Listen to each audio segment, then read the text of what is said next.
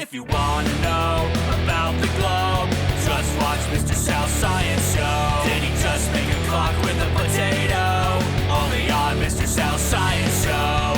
Track the sun, rain and snow, outer space above, ocean depths below, earthquakes, hurricanes, tornadoes. Learn it all on Mr. Sal's Science Show. I learned it all on Mr. Sal's Science Show.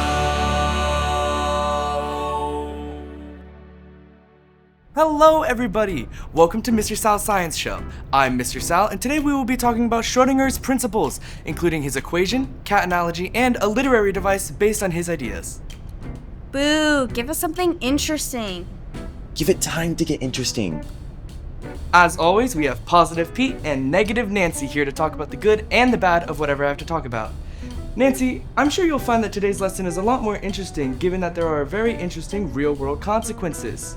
But without further ado, let's get to it. This is an electron. Electrons are similar to light in the fact that they move as both a particle and a wave. These particles follow a microscopic wave motion in which they move extremely fast, making them very difficult to monitor and actually completely impossible to entirely predict. However, do we know what allows us to somewhat predict the position of these electrons? Pete? Would that be with the wave function? No, idiot. The wave function only calculates the probability of the wave motion, and even then, because of Heisenberg's principle, you can't go off of position alone. You also need velocity.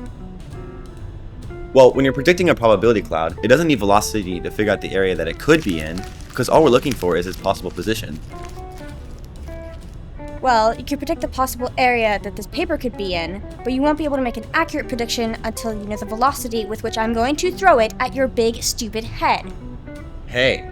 Enough. Enough. You guys are both partially right. As yes, Pete, we do need and use the wave function. And yes, Nancy, we do need to include velocity because of Heisenberg's principle. When you put all of these things together, you end up with Schrödinger's equation, which uses psi, or the wave function, as one of its variables. And it is broken into three main parts. The first wave section dictates the over time wave levels, the second section dictates the kinetic energy, and the third section dictates the potential energy. Stop! And that, ladies and gentlemen, is a perfect example of how the equation works. We run it over and over again until we're forced to stop and form the electron cloud, which tells us all possible locations an electron can be. This cloud allows us to determine the superposition of the electron, which means that, until observed, the electron is in all possible locations at once. Now, how is this possible? Well, let's send Pete and Nancy on site in order to understand. If you wanna know about the globe, just watch Mr. Sal's Science Show. Did he just make a clock with a potato? Only on Mr. Sal's Science Show. I learned it all on Mr. Sal's Science Show. We are here to demonstrate to you one of the most confusing but fascinating ideas in quantum physics, superpositions. At first, this will seem like it makes no sense and impossible, and that's actually how scientists felt about it for a while too, but bear with us. Let's get into it. If you're unfamiliar with it, Schrödinger's cat is a thought experiment meant to explain superpositions. The experiment explains what we have here, a box with a cat in it. Specifically, Mr. Sal's cat, because he was insistent on Mr. Whiskers being used for the scientific explanation. In the analogy, the box has a mechanism in it that has a 50% chance of killing the cat. Because we don't know if the mechanism killed the cat, and therefore if the cat is dead or alive, it creates what is called a superposition. The superposition in this instant indicates that all beings of the cat, dead and alive, to be true. This actually means that the cat is synchronously alive and dead. This can also be applied to the position of electrons and other quantum particles, which is what this analogy describes. But don't forget how fragile a superposition is. If we open the box and look at the cat, or anything happens to the box, then the superposition instantly collapses. For example, What the hell are you doing? giving them a mischievous example like I was told to. We now have observed the cat to be alive, meaning that the superposition has collapsed, and the cat is now definitively still in the box and living. But just to confirm, the same principle applies to electrons. Once we see them, their superpositions collapse, and we now know their position. That's the end of this on-site segment. Take it away, Mr. Sal.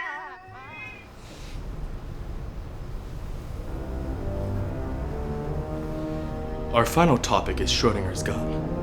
This is a literary device used by the principles we described earlier that enhances tension in writing.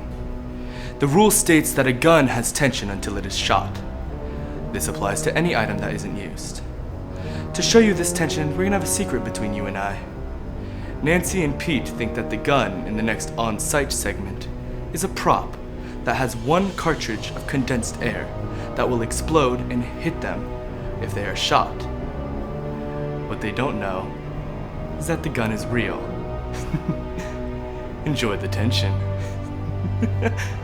Nancy, take it away! This is Schrödinger's gun, also called Chekhov's gun. It builds off the principle of Schrödinger's cat and equation to function as a literary device.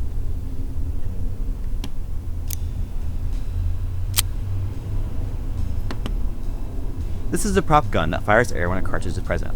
It's startling, but perfectly safe. The gun builds tension as Pete and I play Russian roulette, because the audience understands that the odds that one of us gets shot increase as we keep playing. The downside, however, is the same as the superposition. The uncertainty building is like us not being able to see if the cat is alive or dead. The undecided factor of if the gun will fire is both able to happen and not able to happen at once. But as soon as the gun is shot, that uncertainty is gone, just like opening the box, and we now know definitively if it was fired or not, releasing all of the tension. The upside is that writers can create a large amount of tension in media with simply one item, such as a revolver. Of course, it goes to the sixth shot, which means this shot is both guaranteed and has the highest amount of tension. Truly a great representation of this device.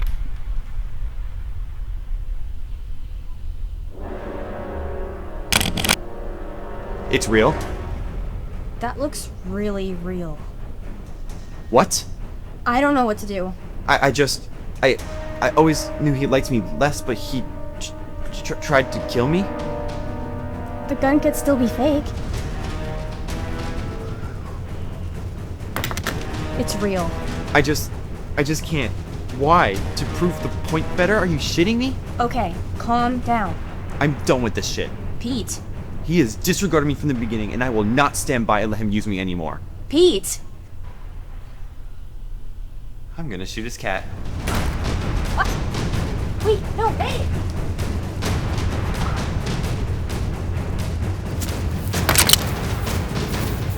You dumbass, stop!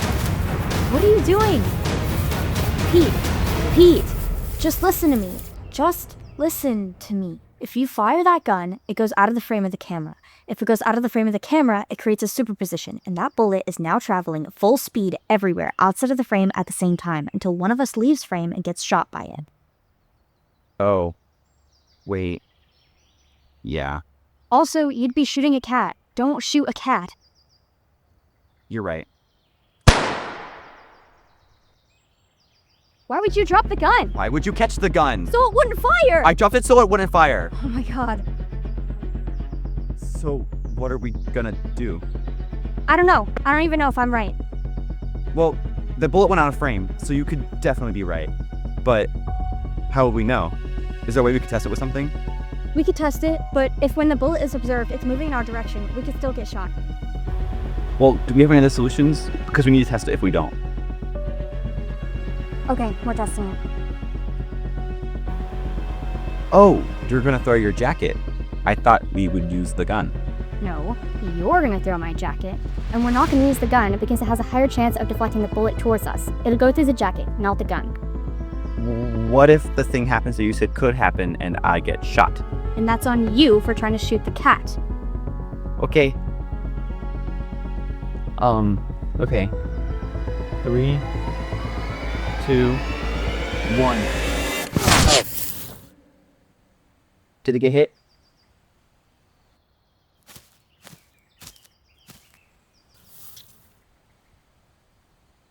Seems so.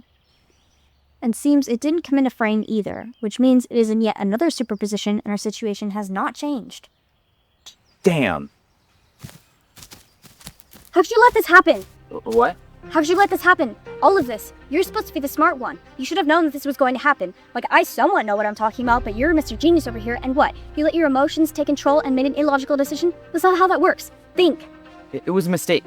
You have to understand how much shit I've taken from Mr. Sal. And that justifies the fact that both of our lives are in danger now? No. I'm sorry. It's okay.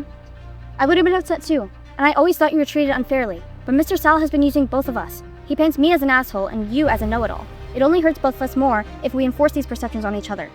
I agree. Isn't it weird how he chose for one of us to be mischievous and one of us to be nerdy? Like, we're basically the same person. Yeah, like, we both have roughly the same scientific knowledge and the same agreeability. So he just picks one of us at random. Maybe by our names? Negative Nancy, positive Pete. Oh, it was by our names. This man is so uncreative, he chose our rules by our names for alliteration. He chose two people who are an intellectual mirror image of each other and forced them to be conflicting parties so he could have a more interesting way of explaining. I have an idea. An idea for what? How we can get out of this. Okay, so the reason we can't leave frame is because as soon as the camera goes from being able to see us to not being able to see us, it counts as us observing the bullet, right? Yeah. Well, what I realized is that that's because the camera needs to know an item exists in order for it to go out of frame. Everything out of frame is safe because the camera doesn't know that it's there, but anything that is in frame is then not safe to leave because the camera knows it's left frame in order to shoot it. Okay. So, when you brought up the mirror image, I realized that we can stop any superposition from ever occurring by allowing the camera to see itself and then removing the reflection so the camera gets shot. And then, because the camera can't see anymore, we're freed from making any more superpositions. Exactly. So what I was thinking is that we can use a selfie camera on my phone to show the camera itself and then just flip it over. That could work. I think so. Let's do it. Are you ready? Mm-hmm. 3, 2, 1.